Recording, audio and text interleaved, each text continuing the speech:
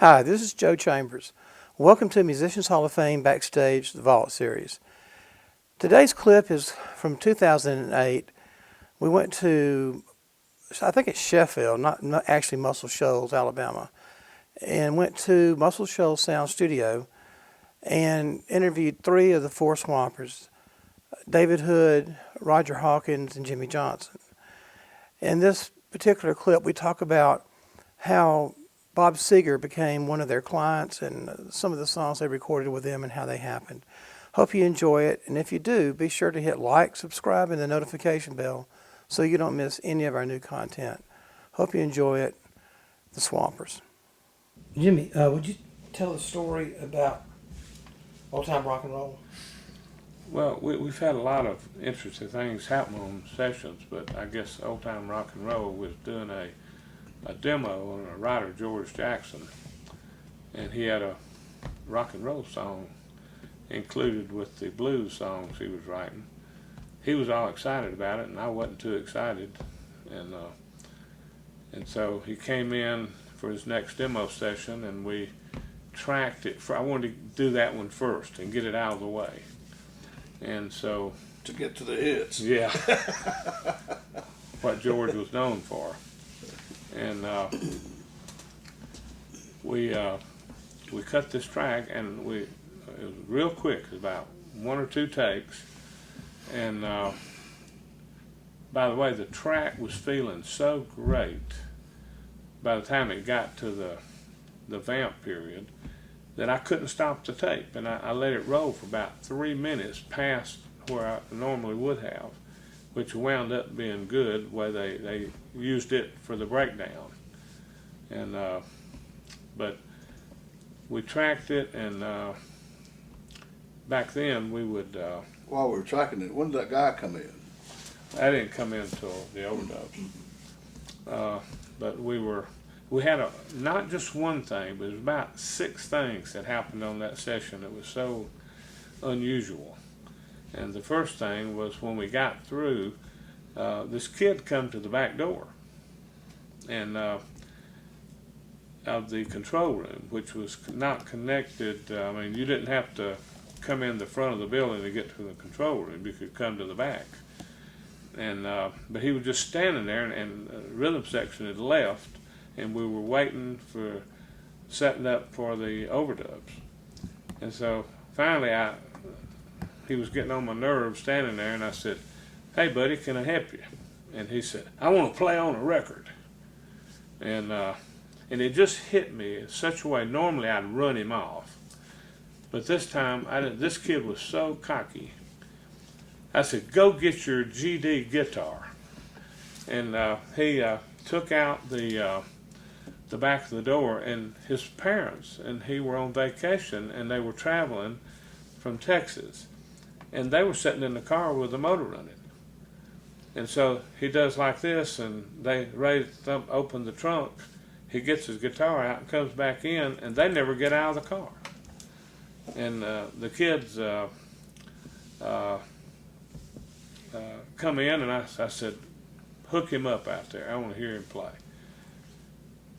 Went out there, and son of a gun, he could play.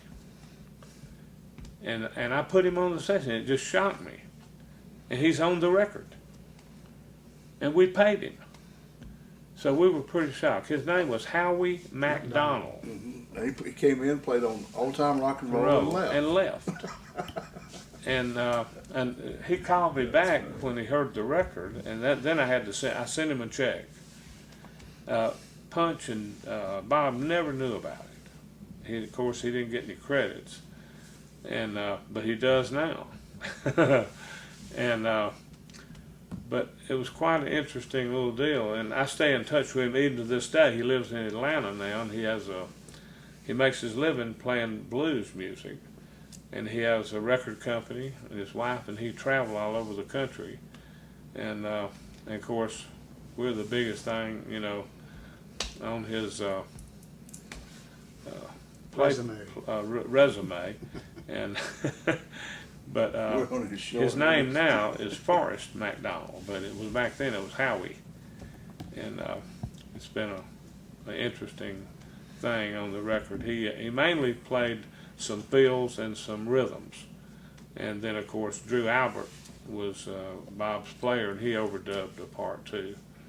And But the song was, you know, that was a demo, and the pitch. we put a friend of ours, Yeah, Dennis Gully. But that time you hadn't thought of it. When did the light go Well, on? we put Dennis on the voice on there. Yeah. And But when did the idea to come put Dennis on? Well, Well, because because- George's voice didn't fit. Didn't fit. Yeah. And that's why it was. So we said David and I was producing Jackson Highway with Dennis Gully, and he had a great gruff voice.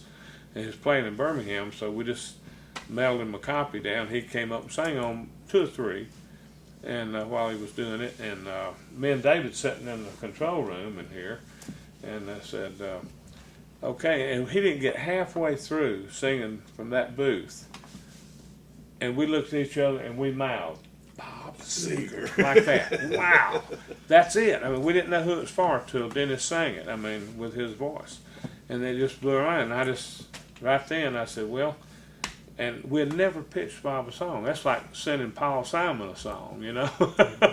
And so we said, well, why not? You know, what we got to lose? And so we had an assistant in here who just started, and another wild thing happened at that point.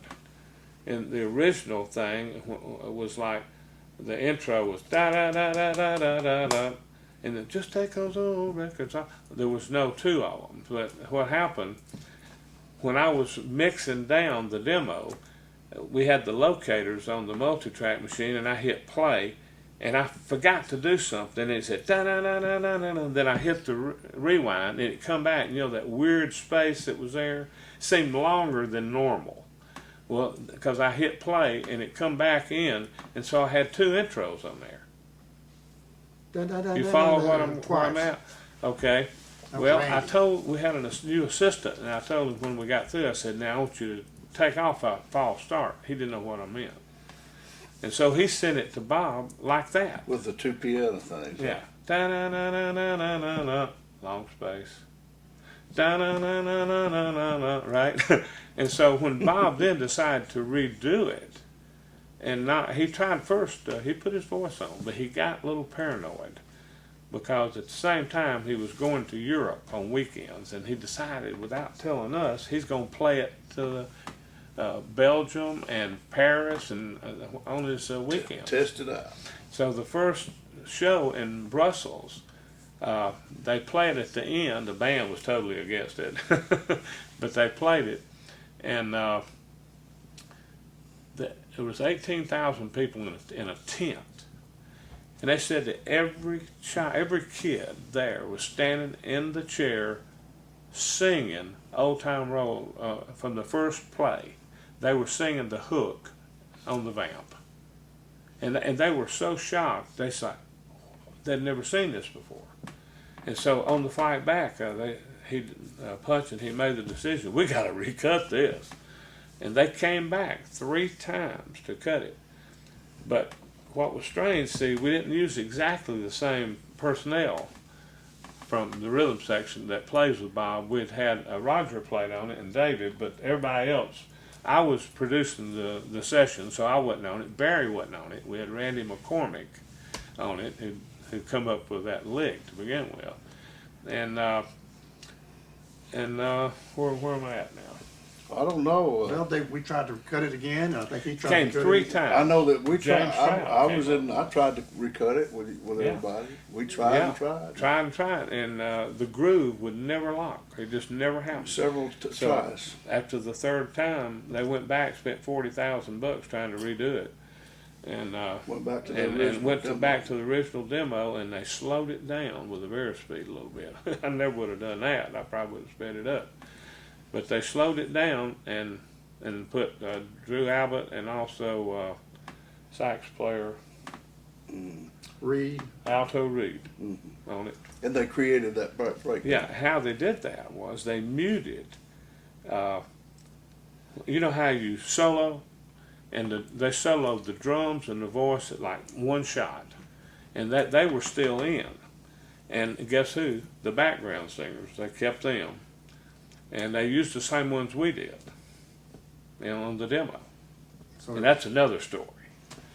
The chauffeurs, right?